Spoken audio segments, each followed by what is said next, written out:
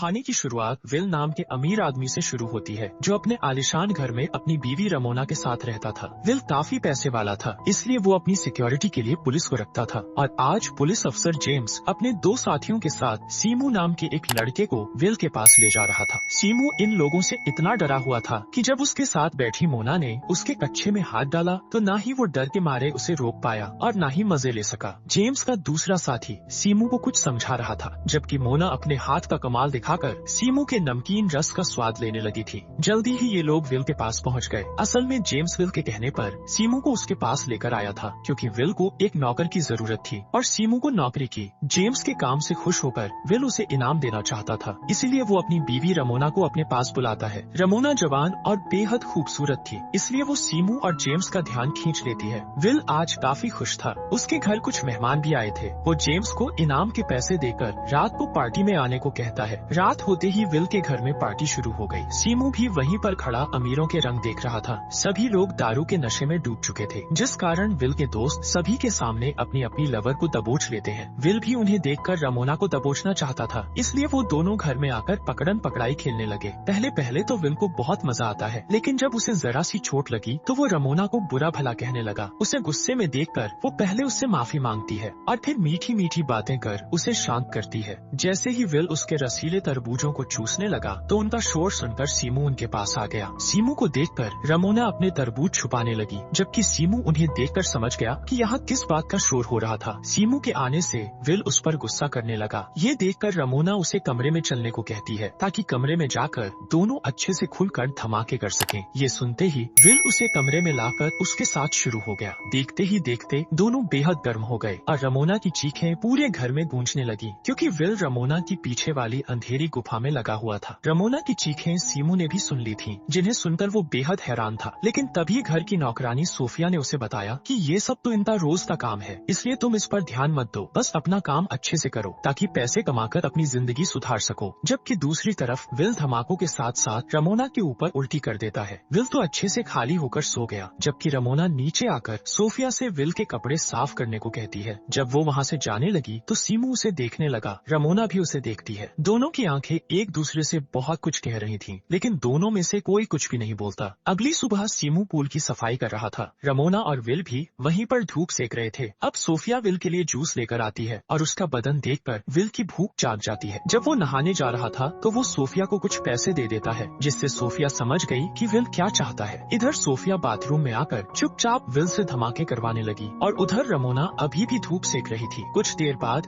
Will काम से बाहर चला गया, जिसके बाद रमोना आराम से दारू पीने लगी। इसी दौरान उसकी नजर पूल में मजे कर रहे सीमू पर पड़ती है। रमोना जल्दी जल्दी दारू लेकर उसके पास आती है। अपनी मालकिन को देखकर सीमू भी जल्दी जल्दी पूल से बाहर निकल आया। रमोना उसे अपने पास बैठने को कहती है, जबकि सीमू शर्मा रहा था, क्योंकि उसने कपड़े नहीं पहने थे। उसे शर्माता देख रमोना उसे रिलैक्स होने को कहती है, जिसके बाद वो दोनों बातें करने लगे। अगली सुबह विल घर वापस आ गया और आते ही अपनी बीवी से मिलता है। इसके बाद वो सीमू को साथ लेकर बोटिंग करने निकल गया। विल के पूछने पर सीमू उसे बताता है कि मैंने अपने बाप को कभी नहीं देखा और मेरी माँ की कुछ महीने पहले ही मौत हुई है। सीमू पैसे इकट्ठा कर पढ़ना चाहता था, इसलिए विल उससे कहता है कि अगर तुमने अच्छे से ईमानदारी से काम किया तो तुम्हें पढ़ाने की जिम्मेदारी मेरी। ये सुनकर सीमू बेहद खुश होता है, क्योंकि उसने विल का ये रूप पहली बार देखा था। बोटिंग करने से विल काफी थक गया था, इसलिए सीमू उसकी टांगे दबाने लगा। रमोना भी पास ही बैठी थी। एक बार फिर इन दोनों की नजरें मिलने लगी और दोनों फिर से आंखों ही आंखों में बातें करने लगे। शाम को रमोना जेम्स के साथ बाजार जाती है और बाजार से विल के लिए कपड़े लाती है। उसने सीमू के लिए भी कुछ कपड़े और जरूरत का सामान खरीदा था, जिसे देखकर सीमू को बहुत अच्छा लगता है। असल में आज सीमू का जन्मदिन था, इसलिए रमोना ने ये सारा सामान उसे तोहफे में दिया था। अगली सुबह रमोना सोफिया के साथ बैठी कॉफी पी रही थी और सीमू घास काट रहा था। रमोना इशारों ही इशारों में उससे तोहफों के बारे में पूछती है, जिस पर सीमू भी इशारों में ही जवाब देता है। जिस तरह रमोना सीमू का ख्याल रख रही थी, उससे सीमू उसकी तरफ आकर्षित होने लगा था। एक दिन जब रमोना नींद से जागती है तो उसे अपने कमरे में सीमू नजर आता है, जो बिना उसे छुए अपनी बातों से ही गर्म कर रहा था। उसकी बातों से रमोना की गुफा में तूफान मचने लगा था, इसीलिए वो सीमू को खींचकर उसकी सवारी करने लगी। वो अभी मजे ले ही रही थी कि तभी सीमू का चेहरा विल में बदल गया, जिसे देखकर रमोना की चीख निकल जाती है और वो फिर से जागती है, क्योंकि ये सब कुछ तो उसने सपने में देखा था। अब जैसे ही वो नीचे आती है तो देखती है कि विल डाइनिंग टेबल पर ही सोफिया के साथ लगा हुआ है। ये देखकर रमोना बेहद दुखी हो गई और झील के किनारे आकर बैठ गई। उसे दुखी देखकर सीमू उसके पास आता है और उसे रुमाल देता है जिस पर रमोना का नाम लिखा हुआ था। रुमाल पर अपना नाम देखकर रमोना खुश हो गई और सीमू के गले लगकर अपने सारे दुख भूल गई। उसी रात विल ने एक और पार्टी रखी जिसमें उसके दोस्त वहीं पर धमाके करने लगे। विल भी रमोना को उसका मुंह में लेने को कहता है मगर रमोना उसे मना कर देती है, जिससे विल गुस्से में आकर उसे धक्के देकर वहाँ से भगा देता है। रमोना के बारे में सोच कर सीमू को नींद नहीं आ रही थी कि तभी सोफिया उसके पास आकर कहती है कि तुम्हें विल ने अपने कमरे में बुलाया है। वो जब विल के कमरे में आया तो उसे विल के हाथ में गन नजर आती है। विल काफी नशे में था। वो सीमू पर गन तान कर उससे पूछता है कि क्या मेरे जाने के बाद तुम मेरी बीवी की गुफा में धमाके करते हो? सीमू मना करता है लेकिन वो समझ गया था कि साला विल रमोना को बेइज्जत करना चाहता है, इसलिए वो चुपचाप सिर झुकाकर खड़ा रहा। सीमू को बुरा भला कहने के बाद विल रमोना के पास जाकर सीमू के सामने ही उसके साथ जबरदस्ती करने लगा। असल में विल को लग रहा था कि रमोना ने सबके सामने उसे मनाकर उसकी बेइज्जती की थी, इसलिए वो रमोना को सबक सिखाना चाहता था। धमाके करने के बाद विल तो वहाँ से चला गया जबकि रमोना और सीमू रोने लगे। अगली सुबह जब विल काम से बाहर जाने लगा तो सीमू की ईमानदारी से खुश होकर